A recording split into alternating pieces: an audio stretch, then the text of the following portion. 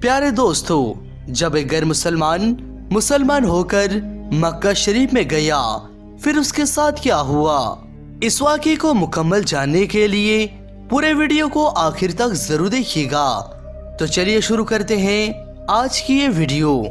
दोस्तों, मक्का शरीफ और मदीना शरीफ मुसलमानों के लिए सबसे ज्यादा मुकद्दस जगह है और यहाँ पर गैर मुसलमानों को आने की इजाजत नहीं है। आज के इस वीडियो में रमेश नाम का एक शख्स का वाकया जानेंगे जो मुसलमान होकर मक्का और मदीना में पहुंचा। फिर उसके साथ कुछ ऐसा हुआ जिसको सुनकर आप भी दंग रह जाएंगे।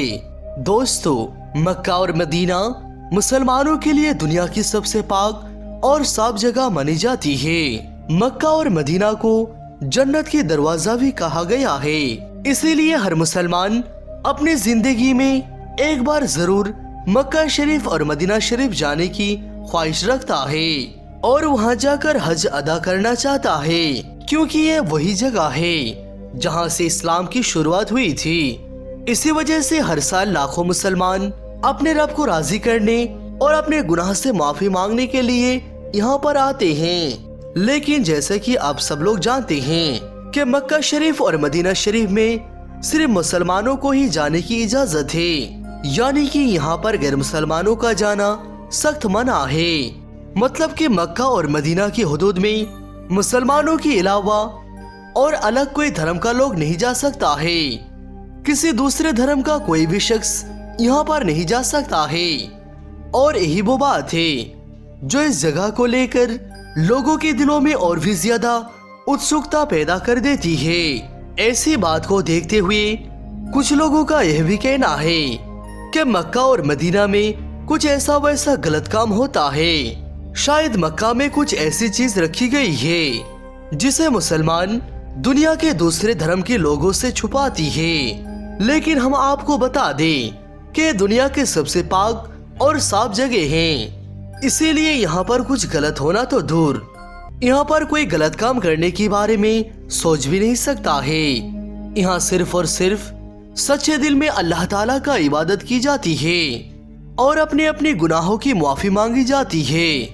मगर कुछ लोगों को चाहे कितना भी बता दो, कितना भी समझा दो, मगर वो लोग इस बात को मानने के लिए बिल्कुल भी तैयार नहीं है कि मक्का शरीफ और मदीना शरीफ में कुछ भी गलत नहीं होता है।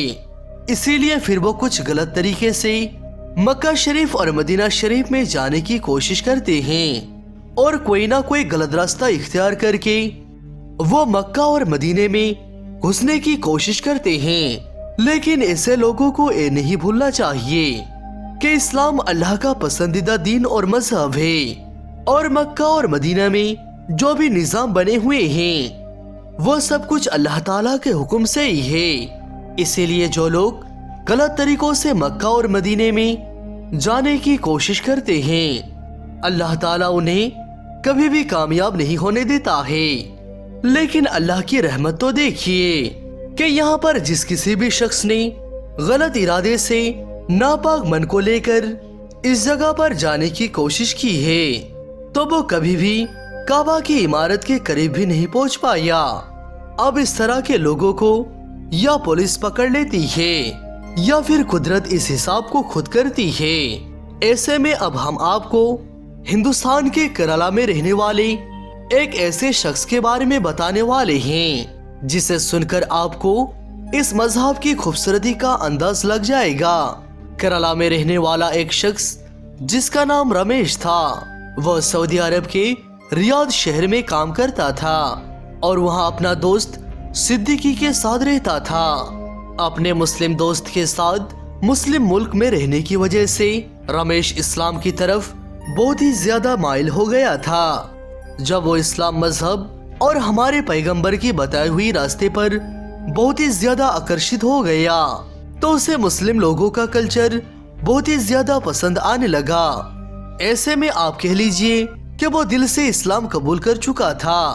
यहाँ तक कि वो अपने घर केरला में आया तब भी उसके दिल से इस्लाम के लिए मोहब्बत कम न हुई और आखिरकार उसने इस्लाम धर्म कबूल करने की मंसूबा बना लिया। दोस्तों, अल्लाह ताला के नजदीक सबसे ज्यादा पसंदीदा मजहब इस्लाम है اور رمیش بھی یہ ماننے لگا، اور جب یہ اسلام قبول کیا تو اس نے اپنا نام بدل کر مزمل رکھ لیا، اور اسلام قبول کرنے کے بعد ایک سچا مسلمان کی طرح 5 وقت کی نماز ادا کرنے لگا اور اسلام کی دی ہوئی نصیحت پر چلنے لگا۔ جب وہ پوری طرح سے اسلام کو اپنا مان چکا تھا تو اس کے دل میں ایک خیال آیا کہ اب مجھے مکہ کا دیدار کرنا ہے۔ دوستو، مزمل کی تمنا بھی پوری ہوئی۔ مزمل نے اپنے نام سے اپنا پاسپورٹ بنا لیا اور مکہ مدینہ کی زیارت کے لیے چلا گیا۔ دوستو، اب یہ بات غور کرنے کی ہے کہ رمیش جو اپنا مذہب بدل کر مزمل بنا تھا وہ پوری طرح سے اسلام کے لیے تیار ہو گیا، اور اس نے یہ سوچ لیا کہ وہ زندگی کی آخری وقت مکہ اور مدینہ میں ہی گزارے گا۔ اسی لیے جب وہاں پر گیا تو وہ اللہ تعالیٰ سے دعا کی کہ اب وہ واپس نہیں جانا چاہتا اور اس کی موت وہیں پر ہو جائے۔ دوستو، جب رمیش عرف مزمل کے دل سے یہ دعا نکلی تو اس نے اپنے ساتھ اپنے کفن بھی رکھ لیا اور عمرہ کے لیے چلا گیا۔ پہلے مکہ گیا اور عمرہ کرنے کے بعد وہ مدینہ شریف پہنچا، اور وہاں پر بھی خدا سے دعا مانگتا رہا کہ یا اللہ، کہ میں تیری محبوب کی بارگاہ میں آیا ہوں، تو اپنے محبوب کے صدقے میری دعا قبول فرما اور میری موت یہی ہو جائے، میں اس بارگاہ سے واپس نہیں جانا چاہتا ہوں۔ دوستو، اللہ سبحانہ و تعالیٰ نے اس کی دعا قبول کر لی، اور جب وہ نماز ادا کر رہا تھا اور سجدے میں گیا ہوا تھا تو اسی حالت میں اس کی روح پرواز کر گئی، یعنی کہ اس کا انتقال ہو گیا۔ انا للہ و انا الیہ راجعون۔ اس کے بعد اسے وہیں پر دفنا دیا گیا۔